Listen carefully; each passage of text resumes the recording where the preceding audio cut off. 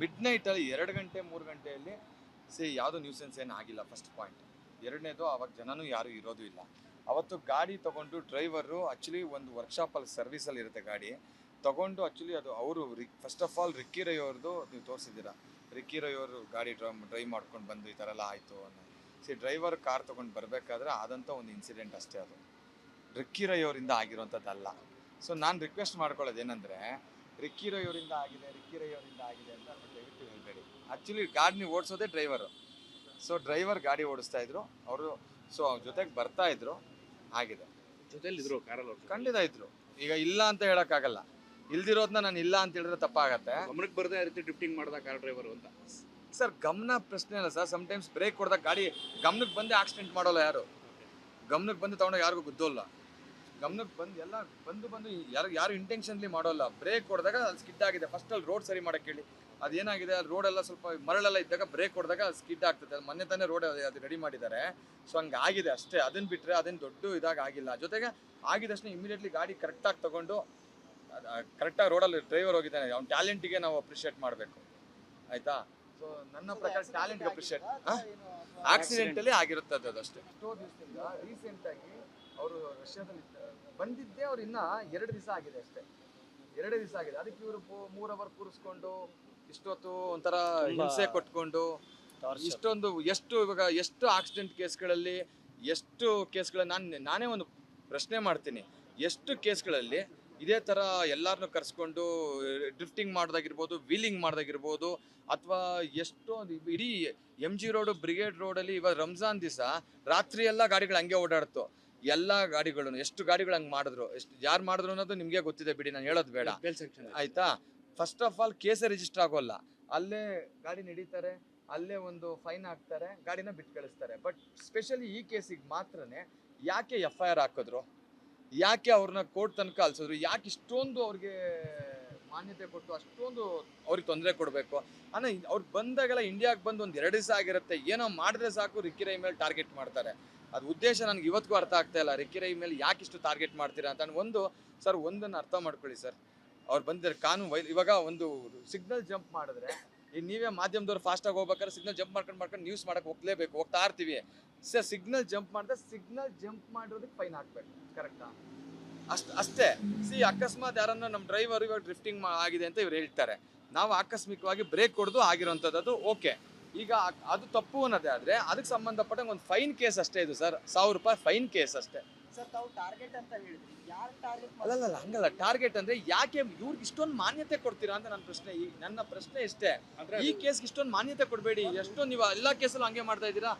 1000 accident case ಆಗ್ತಾ ಇದೆ, ಎಲ್ಲ ಕೇಸಲ್ಲಿ ಸೀಸ್ ಮಾಡ್ತೀರಾ ವೆಹಿಕಲ್ಗಳನ್ನ, ಫೈನ್ ಹಾಕ್ಬಿಡ್ತಾನೆ ಕಳಿಸ್ತೀರಾ. ಯಾಕೆ ಇದ್ರಲ್ಲಿ ಇದಕ್ಕೆ ಮಾತ್ರ ಯಾಕೆ ಸೀಸ್ ಮಾಡ್ತೀರಾ? ಯಾಕೆ ಇಷ್ಟೊಂದು ಕೇಸ್ ರಿಜಿಸ್ಟರ್ ಮಾಡಬಾರ್ದು? ಬಿಟ್ಟಿರ್ತಕ್ಕಂಥ ಕಾರ್ನ ತಗೊಂಡ್ಬರೋದಕ್ಕೆ ಡ್ರೈವರ್ನ ಕರ್ಕೊಂಡು ಹೋಗಿದ್ದಾರೆ. ಡ್ರೈವರ್ ತಗೊಂಡು ಬರಬೇಕಾದ್ರೆ ಬ್ರೇಕ್ ಹೊಡೆದಾಗ ಅದು ಗಾಡಿ ಡ್ರಿಫ್ಟ್ ಆಗಿರುವಂಥದ್ದು. ಡ್ರಿಫ್ಟ್ ಅಂತ ನೀವು ಹೇಳ್ತೀರಾ, ನನಗನ್ಸಿದ ಪ್ರಕಾರ ಅದು ಸ್ಕಿಡ್ಡು ಇಲ್ಲ 100% ಇಲ್ಲ. ಅಷ್ಟೊಂದೆಲ್ಲ ಇಲ್ಲ. ಅದು ಅಷ್ಟೊಂದು ಮುತ್ತಪ್ಪನವರ ಮಗನಿಗೆ ರಿಕ್ಕಿ ರೈಗೆ ಕಿರ್ಚಾಡ್ಕೊಂಡು ಮಾಡುವಂಥ ಅಷ್ಟು ಕ್ರೇಜ್ ಎಲ್ಲ ಇಲ್ಲ. ವೆರಿ ಡಿಗ್ನಿಫೈಡ್, ಭಾಳ ತೂಕವಾದ ವ್ಯಕ್ತಿ. ಅಷ್ಟು ರೋಡಲ್ಲಿ ಯಾರೋ ನೋಡಿದವ್ರು ಕಿರ್ಚಾಡಿರೋದು ತಾವು ನೋಡಿರ್ತೀರಾ. ಪಾಪ ಅವ್ರು ಯಾಕೆ ಕಿರ್ಚಾಡ್ತಾರೆ?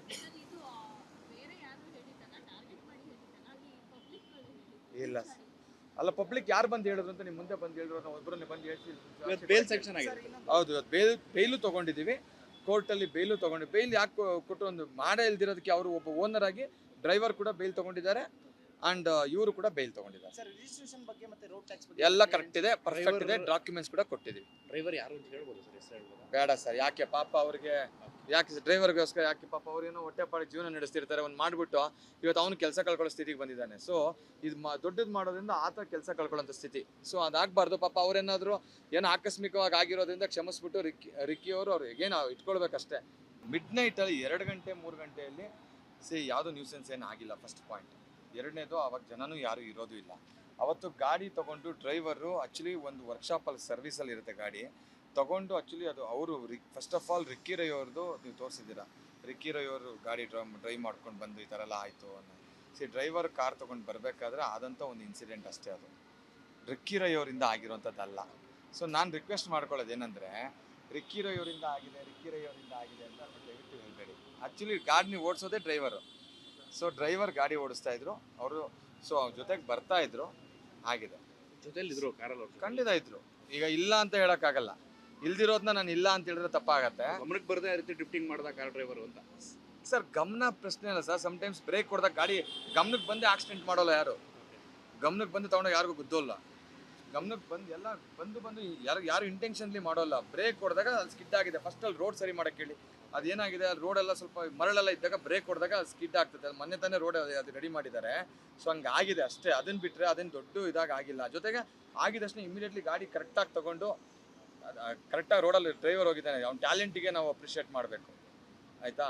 ಸೊ ನನ್ನ ಪ್ರಕಾರ ಟ್ಯಾಲೆಂಟ್ಗೆ ಅಪ್ರಿಷಿಯೇಟ್, ಆಕ್ಸಿಡೆಂಟಲ್ಲಿ ಆಗಿರುತ್ತದೆ ಅದಷ್ಟೇ. ಎಷ್ಟೋ ದಿವಸದಿಂದ ರೀಸೆಂಟಾಗಿ ಅವರು ರಷ್ಯಾದಲ್ಲಿ ಬಂದಿದ್ದೇ ಅವ್ರು ಇನ್ನೂ 2 ದಿವಸ ಆಗಿದೆ ಅಷ್ಟೇ, 2 ದಿವಸ ಆಗಿದೆ. ಅದಕ್ಕೆ ಇವರು 3 ಅವರ್ ಕೂರಿಸ್ಕೊಂಡು ಇಷ್ಟೊತ್ತು ಒಂಥರ ಹಿಂಸೆ ಕೊಟ್ಕೊಂಡು ಇಷ್ಟೊಂದು ಎಷ್ಟು ಆಕ್ಸಿಡೆಂಟ್ ಕೇಸ್ಗಳಲ್ಲಿ ಎಷ್ಟು ಕೇಸ್ಗಳಲ್ಲಿ ನಾನೇ ಒಂದು ಪ್ರಶ್ನೆ ಮಾಡ್ತೀನಿ, ಎಷ್ಟು ಕೇಸ್ಗಳಲ್ಲಿ ಇದೇ ಥರ ಎಲ್ಲರನ್ನೂ ಕರೆಸ್ಕೊಂಡು ಡ್ರಿಫ್ಟಿಂಗ್ ಮಾಡೋದಾಗಿರ್ಬೋದು, ವೀಲಿಂಗ್ ಮಾಡೋದಾಗಿರ್ಬೋದು, ಅಥವಾ ಎಷ್ಟೊಂದು ಇಡೀ MG ರೋಡು, ಬ್ರಿಗೇಡ್ ರೋಡಲ್ಲಿ ಇವಾಗ ರಂಜಾನ್ ದಿವಸ ರಾತ್ರಿ ಎಲ್ಲ ಗಾಡಿಗಳು ಹಂಗೆ ಓಡಾಡ್ತು. ಎಲ್ಲ ಗಾಡಿಗಳನ್ನು ಎಷ್ಟು ಗಾಡಿಗಳು ಹಂಗೆ ಮಾಡಿದ್ರು, ಎಷ್ಟು ಯಾರು ಮಾಡಿದ್ರು ಅನ್ನೋದು ನಿಮಗೆ ಗೊತ್ತಿದೆ ಬಿಡಿ, ನಾನು ಹೇಳೋದು ಬೇಡ, ಆಯಿತಾ. ಫಸ್ಟ್ ಆಫ್ ಆಲ್ ಕೇಸೇ ರಿಜಿಸ್ಟರ್ ಆಗೋಲ್ಲ, ಅಲ್ಲೇ ಗಾಡಿ ನಡೀತಾರೆ, ಅಲ್ಲೇ ಒಂದು ಫೈನ್ ಹಾಕ್ತಾರೆ, ಗಾಡಿನ ಬಿಟ್ಟು ಕಳಿಸ್ತಾರೆ. ಬಟ್ ಸ್ಪೆಷಲಿ ಈ ಕೇಸಿಗೆ ಮಾತ್ರನೇ ಯಾಕೆ FIR ಹಾಕಿದ್ರು, ಯಾಕೆ ಅವ್ರನ್ನ ಕೋರ್ಟ್ ತನಕ ಅಲ್ಸಿದ್ರು, ಯಾಕೆ ಇಷ್ಟೊಂದು ಅವ್ರಿಗೆ ಮಾನ್ಯತೆ ಕೊಟ್ಟು ಅಷ್ಟೊಂದು ಅವ್ರಿಗೆ ತೊಂದರೆ ಕೊಡಬೇಕು ಅನ್ನೋ. ಅವ್ರು ಬಂದಾಗೆಲ್ಲ ಇಂಡಿಯಾಗೆ ಬಂದು ಒಂದು 2 ದಿವಸ ಆಗಿರುತ್ತೆ, ಏನೋ ಮಾಡಿದ್ರೆ ಸಾಕು ರಿಕ್ಕಿ ರೈ ಮೇಲೆ ಟಾರ್ಗೆಟ್ ಮಾಡ್ತಾರೆ. ಅದು ಉದ್ದೇಶ ನನಗೆ ಇವತ್ತಿಗೂ ಅರ್ಥ ಆಗ್ತಾ ಇಲ್ಲ, ರಿಕ್ಕಿ ರೈ ಮೇಲೆ ಯಾಕೆ ಇಷ್ಟು ಟಾರ್ಗೆಟ್ ಮಾಡ್ತೀರಾ ಅಂತ. ಒಂದನ್ನು ಅರ್ಥ ಮಾಡ್ಕೊಳ್ಳಿ ಸರ್, ಅವ್ರು ಬಂದಿದ್ದಾರೆ ಕಾನೂನು ಇವಾಗ ಒಂದು ಸಿಗ್ನಲ್ ಜಂಪ್ ಮಾಡಿದ್ರೆ, ಈಗ ನೀವೇ ಮಾಧ್ಯಮದವ್ರು ಫಾಸ್ಟಾಗಿ ಹೋಗ್ಬೇಕಾದ್ರೆ ಸಿಗ್ನಲ್ ಜಂಪ್ ಮಾಡ್ಕೊಂಡು ನ್ಯೂಸ್ ಮಾಡಕ್ಕೆ ಹೋಗ್ತಾ ಇರ್ತೀವಿ ಸರ್. ಸಿಗ್ನಲ್ ಜಂಪ್ ಮಾಡಿದ್ರೆ ಸಿಗ್ನಲ್ ಜಂಪ್ ಮಾಡಿರೋದಕ್ಕೆ ಫೈನ್ ಹಾಕ್ಬೇಕು, ಕರೆಕ್ಟಾ? ಅಷ್ಟೇ. ಅಕಸ್ಮಾತ್ ಯಾರನ್ನ ನಮ್ಮ ಡ್ರೈವರ್ ಇವಾಗ ಡ್ರಿಫ್ಟಿಂಗ್ ಆಗಿದೆ ಅಂತ ಇವ್ರು ಹೇಳ್ತಾರೆ, ನಾವು ಆಕಸ್ಮಿಕವಾಗಿ ಬ್ರೇಕ್ ಹೊಡೆದು ಆಗಿರೋಂಥದ್ದು ಓಕೆ. ಈಗ ಅದು ತಪ್ಪು ಅನ್ನೋದೇ ಆದರೆ ಅದಕ್ಕೆ ಸಂಬಂಧಪಟ್ಟಂಗೆ ಒಂದು ಫೈನ್ ಕೇಸ್ ಅಷ್ಟೇ ಇದು ಸರ್, 1000 ರೂಪಾಯಿ ಫೈನ್ ಕೇಸ್ ಅಷ್ಟೇ. ಸರ್ ತಾವು ಟಾರ್ಗೆಟ್ ಅಂತ ಹೇಳಿದ್ರಿ, ಯಾರು ಟಾರ್ಗೆಟ್ ಅಲ್ಲಲ್ಲ ಹಂಗಲ್ಲ. ಟಾರ್ಗೆಟ್ ಅಂದ್ರೆ ಯಾಕೆ ಇವ್ರಿಗೆ ಇಷ್ಟೊಂದು ಮಾನ್ಯತೆ ಕೊಡ್ತೀರಾ ಅಂತ ನನ್ನ ಪ್ರಶ್ನೆ ಇಷ್ಟೇ. ಈ ಕೇಸ್ಗೆ ಇಷ್ಟೊಂದು ಮಾನ್ಯತೆ ಕೊಡಬೇಡಿ. ಎಷ್ಟೊಂದು ನೀವು ಎಲ್ಲ ಕೇಸಲ್ಲೂ ಹಂಗೆ ಮಾಡ್ತಾ ಇದ್ದೀರಾ, 1000 ಆಕ್ಸಿಡೆಂಟ್ ಕೇಸ್ ಆಗ್ತಾ ಇದೆ, ಎಲ್ಲ ಕೇಸಲ್ಲಿ ಸೀಸ್ ಮಾಡ್ತೀರಾ ವೆಹಿಕಲ್ಗಳನ್ನ, ಫೈನ್ ಹಾಕ್ಬಿಡ್ತಾನೆ ಕಳಿಸ್ತೀರಾ. ಯಾಕೆ ಇದ್ರಲ್ಲಿ ಇದಕ್ಕೆ ಮಾತ್ರ ಯಾಕೆ ಸೀಸ್ ಮಾಡ್ತೀರಾ? ಯಾಕೆ ಇಷ್ಟೊಂದು ಕೇಸ್ ರಿಜಿಸ್ಟರ್ ಮಾಡಬಾರ್ದು ಬಿಟ್ಟಿರ್ತಕ್ಕಂಥ ಕಾರ್ನ ತಗೊಂಡ್ಬರೋದಕ್ಕೆ ಡ್ರೈವರ್ನ ಕರ್ಕೊಂಡು ಹೋಗಿದ್ದಾರೆ. ಡ್ರೈವರ್ ತಗೊಂಡು ಬರ್ಬೇಕಾದ್ರೆ ಬ್ರೇಕ್ ಹೊಡೆದಾಗ ಅದು ಗಾಡಿ ಡ್ರಿಫ್ಟ್ ಆಗಿರುವಂಥದ್ದು. ಡ್ರಿಫ್ಟ್ ಅಂತ ನೀವು ಹೇಳ್ತೀರಾ, ನನ್ಗೆ ಅನ್ಸಿದ ಪ್ರಕಾರ ಅದು ಸ್ಕಿಡ್ ಇಲ್ಲ 100% ಇಲ್ಲ, ಅಷ್ಟೊಂದೆಲ್ಲ ಇನ್ನ ಇಲ್ಲ. ಅದು ಅಷ್ಟೊಂದು ಮುತ್ತಪ್ಪನವರ ಮಗನಿಗೆ ರಿಕ್ಕಿ ರೈಗೆ ಕಿರ್ಚಾಡ್ಕೊಂಡು ಮಾಡುವಂಥ ಅಷ್ಟು ಕ್ರೇಜ್ ಎಲ್ಲ ಇಲ್ಲ. ವೆರಿ ಡಿಗ್ನಿಫೈಡ್, ಭಾಳ ತೂಕವಾದ ವ್ಯಕ್ತಿ. ಅಷ್ಟು ರೋಡಲ್ಲಿ ಯಾರೋ ನೋಡಿದವ್ರು ಕಿರ್ಚಾಡಿರೋದು ತಾವು ನೋಡಿರ್ತೀರಾ. ಪಾಪ ಅವ್ರು ಯಾಕೆ ಕಿರ್ಚಾಡ್ತಾರೆ?